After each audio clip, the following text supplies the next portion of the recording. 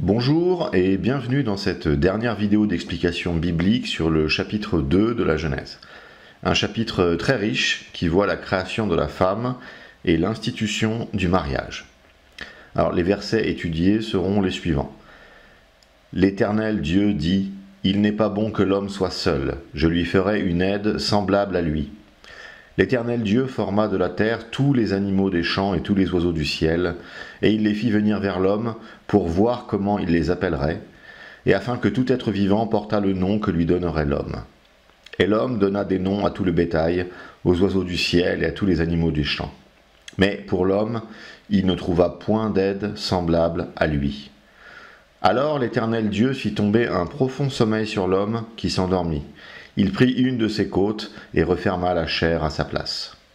L'Éternel Dieu forma une femme de la côte qu'il avait prise de l'homme, et il l'amena vers l'homme. Et l'homme dit : « Voici cette fois celle qui est os de mes os et chair de ma chair. On l'appellera femme, parce qu'elle a été prise de l'homme. C'est pourquoi l'homme quittera son père et sa mère et s'attachera à sa femme, et ils deviendront une seule chair. L'homme et sa femme étaient tous deux nus, et ils n'en avaient point honte. » Une traduction littérale pourrait être : et dit Tétragramme Elohim, pas bon soit Adam seul. Je ferai lui aide semblable. Et forma Tétragramme Elohim de Adama, toute bête des champs et tout oiseau des cieux, et il apporta à Adam pour voir quoi il appellera eux, et tout que il appellera lui, Adam, âme vivante, lui, nom son nom. Et donna Adam nom à tout bétail et oiseau des cieux et toute bête des champs, et à Adam pas trouvé aide semblable. Et il causa de tomber Tétragramme Elohim un sommeil profond sur Adam, et il dormit, et il prit une de ses côtes de lui, et il ferma la chair de place. Et il fit Tétragramme Elohim la côte qu'il avait prise de le Adam en Isha, et il apporta elle à Adam. Et dit Adam : Seth, maintenant, os de mes os et chair de ma chair. Et Seth, il appela Isha, car de Ish a été prise Seth. Ainsi devra quitter Ish, père de lui et mère de lui, et il se joindra à Isha de lui, et deviendront chair unique. Et étaient les deux nus, le Adam et sa Isha, et pas honteux. Alors commençons par une analyse philologique, car plusieurs points méritent d'être explicités. En effet, auprès d'un certain public, souvent féminin, il est parfois de bon ton de mettre la Bible en accusation, de mettre l'Église en procès pour des positions réactionnaires et patriarcales. Nous ne tomberons pas dans ce genre de facilité, puisque le but de ce cours est de se faire porteur de la Bible nue et de la lecture patristique traditionnelle. Toute déconstruction ne serait que l'écho de choses finalement mondaines et sans intérêt. La première mention de la femme serait d'être une aide semblable, une aide adaptée. On pourrait comprendre bien des choses allant de la servante à l'égale complémentaire. Le terme traduit par aide est ézer. Cela se traduit systématiquement par aide et jamais comme serviteur. Le terme que second traduit comme semblable ne se trouve que dans les deux versets 18 et 20. Nous n'avons donc pas vraiment d'autres versets vétérotestamentaires qui puissent venir éclairer ce passage et nous expliquer quel type d'aide doit être la femme. Vous connaissez cette règle herméneutique patristique. L'Ancien Testament éclaire le Nouveau Testament et le Nouveau Testament éclaire l'Ancien Testament. Et pour passer de l'un à l'autre, nous avons besoin du pivot du grec de la Septante. L'expression en grec est boethon, kat auton. Le kat auton final nous indique bien qu'il s'agit de l'idée de semblable. On pourrait même dire comme lui. Mais on peut aussi traduire pour lui. Et c'est donc boethos qui va sceller le sort de cette énigme féminine. Regardons les occurrences du Nouveau Testament. Mais elle vint se prosterner devant lui, disant : Seigneur, secours-moi. Et souvent, l'Esprit l'a jeté dans le feu et dans l'eau pour le faire périr, mais si tu peux quelque chose, viens à notre secours, aie compassion de nous. C'est donc avec assurance que nous pouvons dire : le Seigneur est mon aide, je ne craindrai rien. Que peut me faire un homme ? Ces quelques versets montrent que l'aide en question n'est pas une aide domestique et ménagère. Il s'agit d'une aide telle que Dieu peut en apporter à l'homme. Le constat de Dieu peut sembler d'ailleurs peu élogieux pour l'homme si l'on en prend la mesure. Il n'est pas bon que l'homme soit seul. Pourquoi? La réponse de la tradition orthodoxe au sens large n'est pas la constatation d'une incapacité, mais le fait que l'homme est une créature relationnelle. L'homme est fait pour être en relation. Ainsi, pour une créature relationnelle, image d'un Dieu relationnel, dont la relation à Dieu est encore à construire, il est normal de prévoir l'avènement d'une autre créature qui lui soit semblable. Les versets 19 et 20, où Adam va nommer toutes les bêtes terrestres et les oiseaux des cieux, peuvent ainsi paraître quelque peu étranges, mais en fait, cet enchaînement est parfaitement logique si l'on y réfléchit.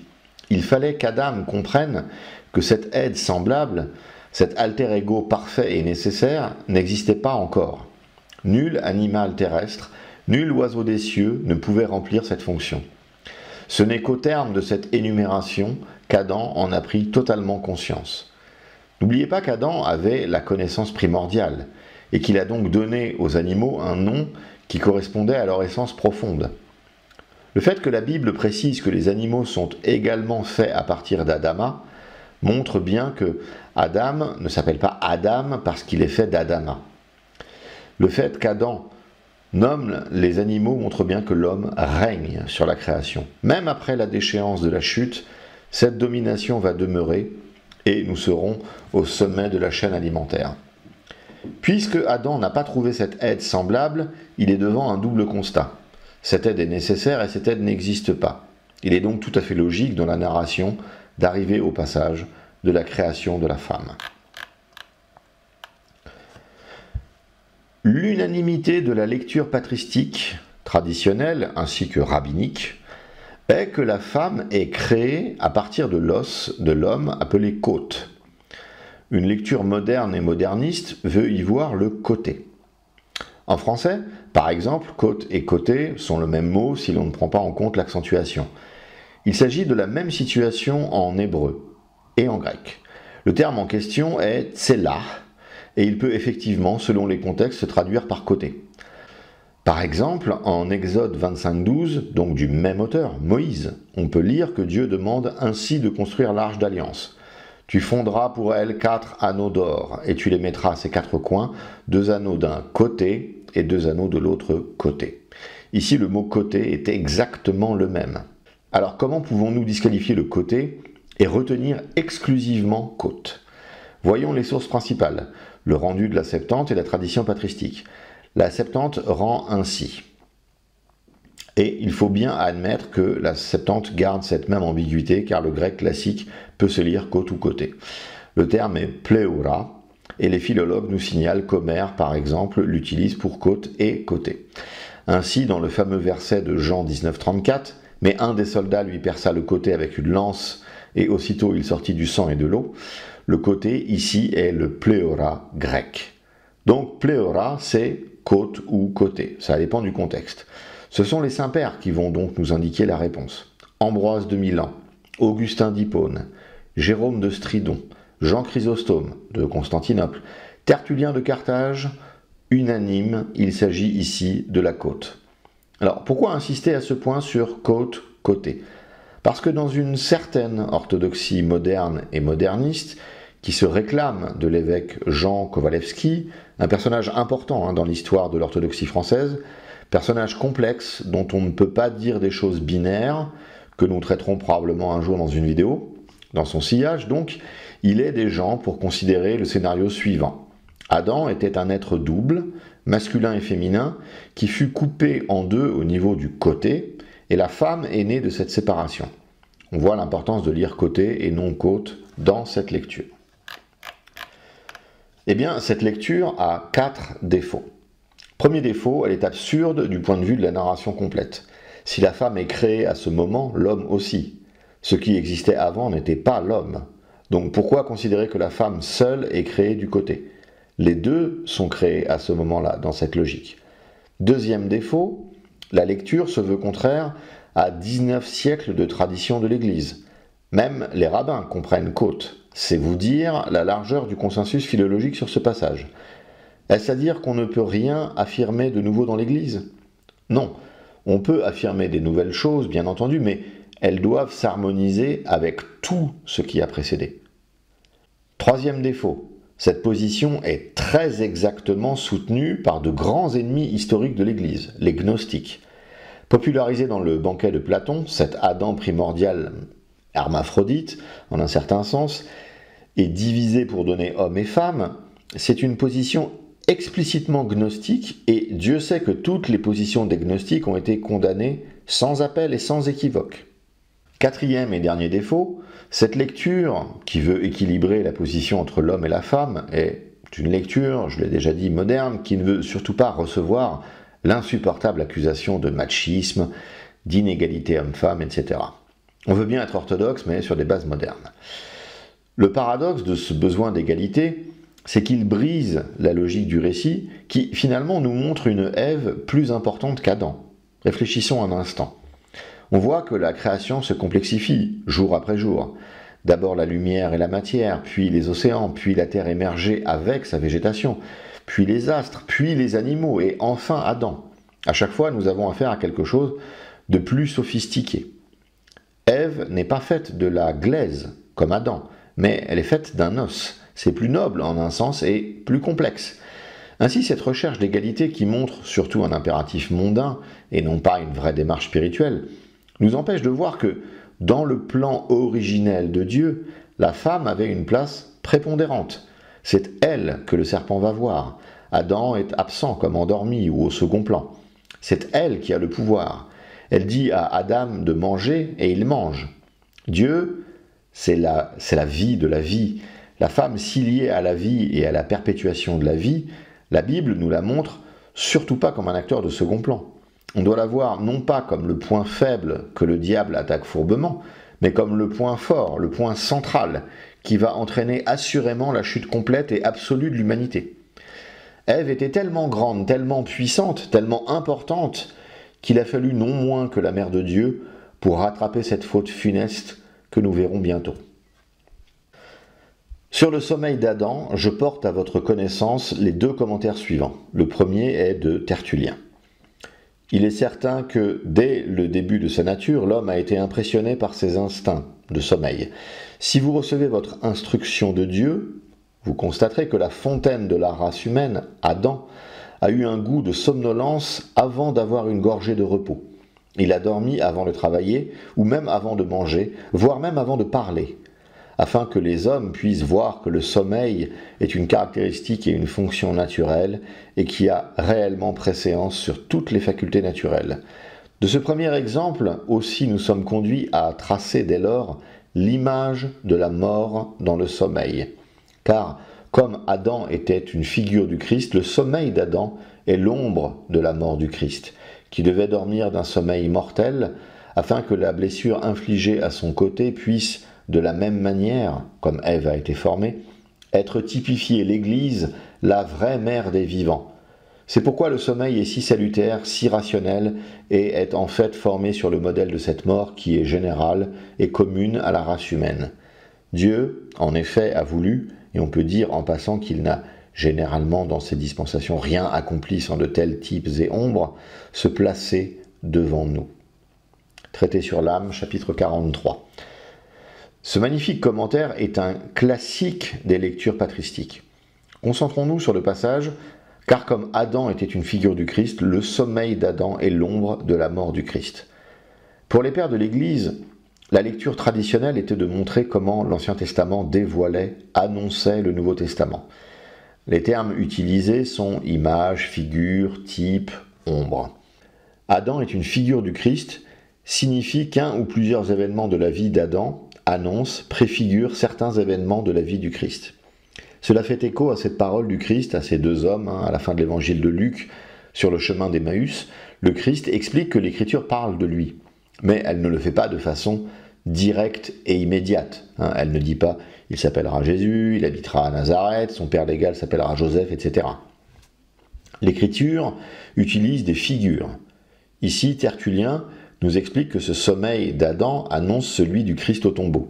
Là où la figure proposée par Tertullien est absolument superbe, c'est que le Christ s'est endormi dans la mort du tombeau avec une blessure à son côté, et Adam s'est endormi avec une blessure à son côté. Du côté du Christ jaillit l'Église, et du côté d'Adam jaillit la femme. Ici, l'utilisation du mot « côté » est intéressante, mais dans cette recherche de passage qui parle du Christ. Les figures patristiques concernent le plus souvent le Christ, l'Église, la Mère de Dieu, la Trinité. Ce sont les figures les plus analysées par les saints-pères. Second commentaire, celui d'Augustin, sur le sens possible du mot qui sert à rendre sommeil, qu'on peut lire comme extase. L'extase où Dieu fait entrer Adam afin de le plonger dans le sommeil peut donc fort bien s'entendre d'un ravissement qui le mit en communication avec la société des anges et le fit pénétrer dans le sanctuaire de Dieu afin qu'il y apprit le mystère qui ne devait s'accomplir qu'à la fin des temps. Aussi, en voyant près de lui, à son réveil, la femme tirée d'une de ses côtes, laissa-t-il échapper, comme dans un transport prophétique, ces paroles où l'apôtre voit un mystère si auguste, c'est là l'os de mes os et la chair de ma chair. On l'appellera femme parce qu'elle a été tirée de l'homme. L'homme quittera donc son père et sa mère pour s'attacher à son épouse et ils seront deux en une seule chair. Quoique l'Écriture attribue ces paroles au dernier homme, le Seigneur, dans l'Évangile, les cite comme étant sortis de la bouche de Dieu même. « N'avez-vous pas lu, dit-il, que celui qui créa l'homme au commencement les créa mâle et femelle et qu'il dit, à cause de cela l'homme quittera son père et sa mère et s'attachera à sa femme, et ils seront deux dans une seule chair ?»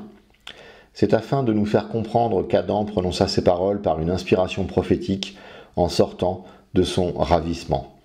Ce commentaire est tiré du commentaire littéral sur la Genèse. Ce commentaire nous emmène vers les versets suivants et l'institution du mariage. Mais revenons sur ce qu'Augustin fait, qui est ici véritablement remarquable. Il explique une bizarrerie du texte. Ici, dans le verset, Adam parle et dit que l'homme quittera père et mère pour se marier. Mais effectivement, dans l'Évangile, le Christ dit que c'est Dieu qui parle. Alors comment résoudre ce puzzle ? Le Christ ne peut pas se tromper, mais nos yeux lisent bien que c'est Adam qui parle. Augustin fait référence à un transport prophétique, comme on peut en constater dans les psaumes. Quand j'ai réfléchi là-dessus pour m'éclairer, la difficulté fut grande à mes yeux, jusqu'à ce que j'eusse pénétré dans les sanctuaires de Dieu et que j'eusse pris garde au sort final des méchants. Ainsi, cette connaissance d'Adam est due à une révélation divine. Ce que dit Adam, c'est Dieu qui le lui a appris. C'est ce que nous enseigne le Christ dans un raccourci foudroyant rapporté par Matthieu dans son évangile. Au verset 22, on voit dans l'hébreu que la femme est appelée Isha. Elle ne s'appelle pas Ève, pas encore. La Bible nous la désigne comme Isha. Isha se traduit aussi bien par femme que par épouse. La plupart des traductions rendent femme, mais laissent de côté la dimension matrimoniale du passage. Dieu n'a pas créé une femme, mais il a créé une épouse. Il faut bien prendre en compte la dimension relationnelle de l'orthodoxie. Dieu est relationnel, en lui-même et avec sa création. Il est donc logique qu'il crée aussi des êtres de façon relationnelle. La relation normale, archétypale, matricielle de l'homme et de la femme est le mariage. Le mariage est une institution d'avant la chute. Le mariage n'est pas une invention du monde, c'est une volonté de Dieu. Nous sommes créés pour le mariage. L'exclamation d'Adam est quelque peu énigmatique. « Os de mes os, chair de ma chair », à la limite, faites de mes os, mais que veut-il dire ? Le divin docteur de Constantinople nous éclaire de façon admirable. Cette parole nous montre qu'Adam reçut alors de Dieu l'esprit de prophétie, tout comme il avait reçu le don admirable de la connaissance. C'est en effet à cause de ce don qu'il imposa à chacune des nombreuses espèces animales leur nom propre et véritable. Mais ici, l'écrivain sacré a pris grand soin de nous avertir qu'Adam avait été plongé dans un profond sommeil, de sorte qu'il n'avait aucune sensation de ce qui s'était passé en lui. Ainsi, quant à la vue de la femme, il est instruit de tout, on ne peut douter qu'il n'ait reçu l'esprit prophétique et qu'il n'ait pas parlé par l'inspiration du Saint-Esprit. Adam ne connaissait pas humainement la création de la femme, et pourtant, dès que Dieu la lui apporte, il dit « Voici maintenant l'os de mes os et la chair de ma chair ». Un autre interprète, au lieu du mot « maintenant », écrivait « une fois ». Comme si Adam avait déclaré que pour cette fois seule, la femme était formée de cette façon et que ce mode de génération ne se renouvellerait plus. C'est comme s'il avait dit « maintenant ». la femme s'est formée de l'homme, mais désormais l'homme naîtra de la femme, ou plutôt de l'union des deux sexes. Car, dit l'apôtre, l'homme n'a pas été ôté de la femme, mais la femme a été ôtée de l'homme. Et l'homme n'a pas été créé pour la femme, mais la femme a été créée pour l'homme. Et, dis-tu, en m'interrompant, ces mots montrent que la femme est faite de l'homme. Attendez un peu et admirez la précision avec laquelle l'apôtre parle. Cependant, poursuit-il, ni l'homme sans femme, ni la femme sans homme, c'est-à-dire que depuis la formation de la première femme et l'homme de la femme, naissent de la même manière par l'union des sexes. Tel est le sens de ce mot qu'Adam dit de la femme. Voici maintenant l'os de mes os et la chair de ma chair. Le verset 24 est le moment de l'institution du mariage. Profitons de Tertullien qui commente ainsi relativement aux problématiques des mariages multiples, afin de savoir ce qu'il convient de penser des hommes ayant plusieurs épouses. Pour l'établissement de la loi du mariage unique, l'origine même de la race humaine est notre autorité. Dieu témoigne avec insistance. Il l'a constitué à l'origine pour un type à examiner avec soin par la postérité. Car quand il avait formé l'homme, et avait prévu qu'une paire lui était nécessaire, il en emprunta une de ses côtes et lui façonna une femme. Alors que, bien sûr, ni l'artificier ni le matériel n'auraient été insuffisants pour la création de plus. Il y avait plus de côtes en Adam et des mains qui ne connaissaient aucune lassitude en Dieu, mais pas plus de femmes aux yeux de Dieu.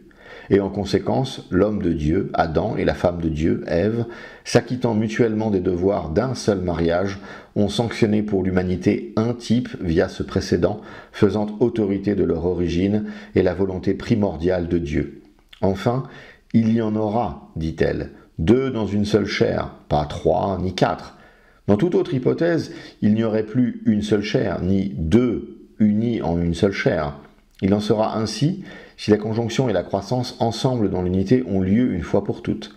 Si, cependant, cela a lieu une deuxième fois, ou plus souvent immédiatement, la chair cesse d'être une. Et il n'y aura pas 2 unis en une seule chair, mais clairement une côte divisée en plus. Mais lorsque l'apôtre interprète « les 2 seront unis en une seule chair » de l'Église et du Christ, selon les noces spirituelles de l'Église et du Christ, car le Christ est un et une est son Église, nous sommes liés à reconnaître une duplication et une application supplémentaire pour nous de la loi de l'unité du mariage, non seulement conformément au fondement de notre race, mais conformément au sacrement du Christ. D'un mariage, nous tirons notre origine dans chaque cas, charnellement en Adam, spirituellement en Christ. Les 2 naissances se conjuguent pour poser une règle normative de monogamie. À l'égard de chacun des 2, il est dégénéré qui transgresse la limite de la monogamie. La pluralité du mariage a commencé avec un homme maudit. Lémec fut le premier qui, en se mariant à 2 femmes, en fit unir 3 en une seule chair. Tertullien rappelle donc à juste titre que Dieu a institué le mariage monogame. Tout autre mariage ne saurait être qu'une affreuse parodie de cette vérité première. Profitons de cette évocation du mariage pour rappeler quelques notions théologiques et historiques. L'Église n'a pas immédiatement réalisé de liturgie de mariage comme nous la connaissons aujourd'hui dans la tradition orthodoxe. Pendant des siècles, le fait d'être marié par les autorités civiles suffisait à l'Église à considérer l'homme et la femme comme mariés. C'est un empereur byzantin qui a voulu se marier 4 fois de suite, qui a poussé l'Église à une limitation plus formelle et organisée du point de vue canonique. Car cela pourra en surprendre certains, habitués et élevés dans une tradition romaine, l'Église permet le divorce. Il y a des canons et des textes tout à fait clairs, des grands docteurs de l'Église qui attestent de cette position. Précisons néanmoins tout de suite, l'Église permet le divorce à contre-cœur. Le cas doit être examiné par l'évêque qui va prendre ceci sur lui. S'il doit y avoir remariage, la liturgie de mariage justement n'est plus du tout la même. Là où la liturgie de mariage normale, entre guillemets, met en œuvre de très belles prières, celle du remariage a des prières qui sont sans équivoque et qui sont très peu plaisantes à entendre. Le divorce est donc très encadré et peut amener à une rupture de communion plus ou moins longue selon la politique disciplinaire de l'évêque. La position absolutiste romaine n'est donc pas traditionnelle. Ce refus obstiné du divorce est une des nombreuses innovations dont le catholicisme a entaché l'histoire, mais je clôt le point ici, celui-ci méritant une vidéo à lui seul, qui viendra, n'en doutez pas. Revenons au biblique et au dernier verset, qui est assez étrange si l'on veut bien y prêter attention. On nous dit qu'ils étaient nus sans être honteux. Regardons les pères pour comprendre. Saint Éphrem le Syrien explique, c'est à cause de la gloire dont ils étaient enveloppés qu'ils n'avaient pas honte. Une fois que cela leur fut enlevé, après la transgression du commandement, ils eurent honte d'en avoir été dépouillés, et tous deux se précipitèrent vers les feuilles, afin de couvrir moins leur corps que leurs membres honteux. Saint Jean Chrysostome, à l'unisson, commente « Quant à l'usage des vêtements, l'Écriture nous dit qu'ils étaient nus et qu'ils ne rougissaient pas. Qu'avant le péché et la désobéissance, la grâce divine était comme leurs vêtements. Ils ne rougissaient donc pas de leur nudité. Mais dès qu'ils ont enfreint le précepte du Seigneur, ils ont su qu'ils étaient nus et ils ont rougi. Qui a suggéré alors à Adam les mots qu'il a prononcés? Et n'est-il pas évident qu'il a reçu le don de prophétie et qu'il a découvert l'avenir des yeux de l'esprit? Ce n'est pas sans raison que j'insiste sur ces détails, car ils nous montrent l'immense bonté du Seigneur envers le premier homme. Il menait en principe la vie des anges, s'enrichissait de 1000 bienfaits, et possédait même l'esprit prophétique. Alors quand vous le voyez après tant de grâce et de faveur devenir un égaré, gardez-vous de blâmer Dieu, et ne blâmez que l'homme. C'est lui seul, comme je le dirai plus tard, qui s'est privé de tant de bien par sa désobéissance, et qui a été légitimement condamné pour son péché. Et ils étaient tous les deux nus, Adam et la femme, et ils ne rougissaient pas. Considérez, je vous y invite, le bonheur éminent de nos premiers parents. Comme ils étaient élevés au-dessus de toutes les créatures sensibles et grossières, ils habitaient moins la terre que le ciel, et bien que vêtus d'un corps, ils ne ressentaient pas les infirmités, puisqu'ils n'avaient besoin ni de toit, ni de vêtements, ni d'aucune aide extérieure. Or, ce n'est pas sans raison et sans motif que l'Écriture sainte entre dans ce détail et nous enseigne que leur vie était exempte de chagrin et de tristesse, et que leur condition était presque celle des anges.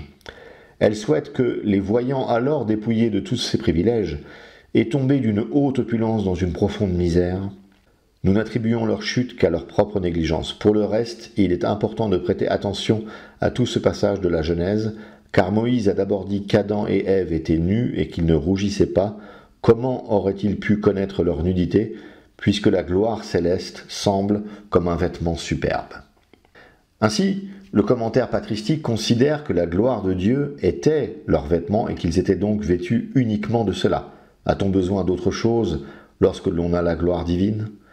Chrysostome nous enseigne très subtilement que cette nudité nous indique les conditions de vie idéales au paradis. Cette nudité n'était donc pas due au manque ou au dénuement, mais bien à l'inutilité du vêtement. Pourquoi un vêtement? Puisque nous avons Dieu, d'où l'absence de honte. Voilà pour ce chapitre 2 très riche. Il y a encore des myriades de choses à dire, mais il nous faut avancer au chapitre 3, qui va nous voir répondre dans les prochaines vidéos à ces questions brûlantes. Qui est le serpent? Pourquoi la chute? Comment la chute? Quelles conséquences? Le péché originel est-il particulier dans la tradition orthodoxe? Etc. Merci de votre fidélité. Si ce n'est pas déjà fait, merci de mettre un pouce bleu, de vous abonner. Nous vous invitons dans la voie la plus sûre pour parvenir au paradis. Bienvenue dans les catacombes.